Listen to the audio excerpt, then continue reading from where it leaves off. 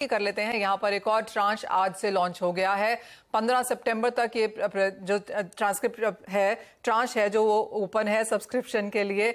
यहाँ पर किस तरह के क्यूज देखने को मिल सकते हैं? चिराग शेठ हमारे साथ हैं। चिराग, कैसे देखते हैं आप प्राइसिंग? क्योंकि पिछले ट्रांच के कंपैरिजन में रादर थोड़ी सी कमजोर जरूर है, लेकिन हमने लगातार यहाँ पर हर सोवरेन गोल्ड बॉन्ड में अच्छी पार्टिसिपेशन, अच्छी खरीदारी आते हुए देखी है। यहाँ पर क्या व्यू है?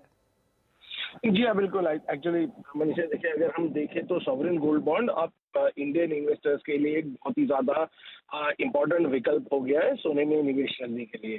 अब जैसे हम कहते आ रहे हैं कि सॉवरेन गोल्ड बॉन्ड की एक जो लॉयल कस्टमर बेस ज़रूर बन गया है, जो ऑन अ रेगुलर बेसिस जब जब ट्रांच खुलते हैं तब तक निवेश करते रहते हैं। और पिछले एक आध महीने में हमने भी फिजिकल बाजार में थोड़ी बहुत डिमांड बढ़ते हुए दिखाई ज़रूर दी है, क्योंकि प्राइस में करेक्शन भी आए थे।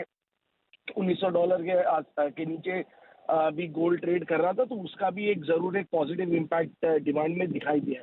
तो ओवरऑल मेरा मानना है कि चूंकि ये एक फेस्टिव पीरियड के पहले भी ट्रांच खुला हुआ है और दाम भी फेयरली डिसेंट है, तो जरूर एक बहुत ही बढ़िया इस ट्रांच में भी हमें बाइंग देखने को मिलेगी।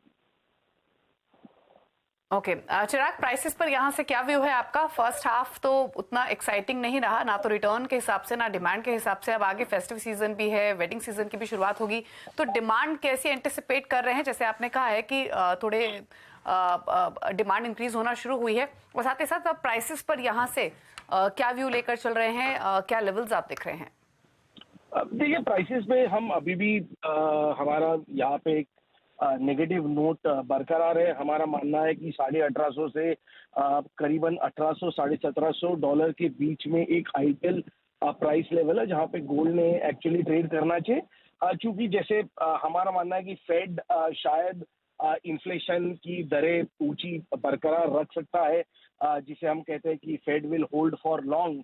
ये जरूर हो सकता है क्योंकि इन्फ्लेशन कंसर्न्स फिर से बढ़ते हुए दिखाई दे रहे, ऑयल के दाम बढ़ते हुए दिखाई दे रहे हैं। तो शायद जो ये अनुमान लगाया जा रहा था कि 2024 में शायद 100 to 125 बेसिस पॉइंट की जो रेट कट आएगी वो शायद ना आए, और मार्केट 50-55 बेसिस पॉइंट की रेट कट देख सकते हैं। सो इसे एक नेगेटिव जरूर माना जा सकता है। और हमने एक लगातार देखा हुआ है कि मार्केट ऊपर के लेवल में सस्टेन नहीं कर पा रहा है, तो तेजी के आसार नहीं है, बट नीचे में मंदी में भी बाइंग जरूर आ रही है। फिजिकल मार्केट में दीपाली, जैसे मैंने कहा कि जरूर एक डिमांड पिकअप इंडिया में होती हुई दिखाई दे रही है। पहले 6 महीने में बहुत ही ज्यादा डिसअपॉइंटिंग डिमांड थी, तो उसका जो भी अब रिकवरी होगी वो शायद ये अक्टूबर से शायद सितंबर से लेकर दिसंबर के बीच में होगी। हमारा मानना है कि इस साल शायद इंडिया की डिमांड 3 से 5% लास्ट ईयर के कंपैरिजन में नीचे जरूर रहे। तो प्राइसेस कमजोर रहने की उम्मीद है, डिमांड भी 3 से 5% कमजोर रहने की उम्मीद है। एक और इंपॉर्टेंट सवाल यहां पर चिराग, और वो रिडेम्पशन को लेकर है। पहला गोल्ड बॉन्ड जो लॉन्च हुआ था उसकी रिडेम्पशन अब इस साल में है, माना जा रहा है कि नवंबर में आने की उम्मीद है। अच्छे खासे गेन्स जिन लोगों ने पहला गोल्ड बॉन्ड लिया था उनको देखने को मिलेंगे। अब यहाँ पर किस तरह का तैयारी यहाँ पर गवर्नमेंट की तरफ से है, क्योंकि उनके लिए तो ये टोटल आउटफ्लो है, चाहे गोल्ड के प्राइसेस को लें या फिर वो 2.5% का जो पर एनम इंटरेस्ट देना पड़ता है।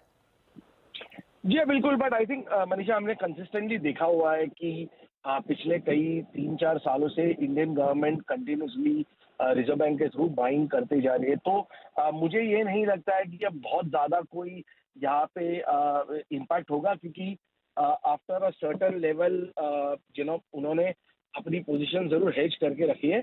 आपकी बात सही है कि 2.5% की इंटरेस्ट रेट सरकार को देनी पड़ती है, और ये जो प्राइस राइज है वो भी गवर्नमेंट को एज अ प्रॉफिट अपने निवेशकों को देना पड़ेगा। पर मैं इसे बहुत ज़्यादा नेगेटिव नहीं मानता हूँ, क्योंकि ऑलरेडी गवर्नमेंट ने पिछले 3-4 साल में significant amount of gold buying किया। जिस तरह का रिटर्न यहाँ पर पहली जो ट्रांच है उन्होंने लिया, जिनका रिडेम्पशन अब नवंबर में हम आता हुआ देखेंगे, आप कहेंगे वो नंबर, वो profit in itself is a big push और मोटिवेशन कि लोग और यहाँ पर सॉवरेन गोल्ड बॉन्ड्स लेंगे?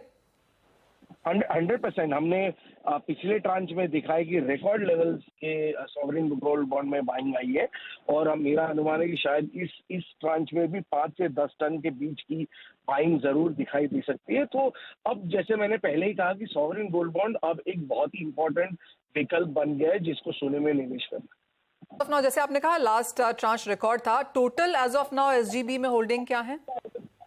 हाँ, करीबन 100 टन के आसपास ओवरऑल होल्डिंग हो गई है, विच इज अगर हम देखें तो ईटीएफ्स जो 15 साल से चल रहे हैं उसको भी सरपास कर चुके हैं। ओके, चलिए, तो ये तो बात ही सोवरेन गोल्ड बॉन्ड की, किस तरीके के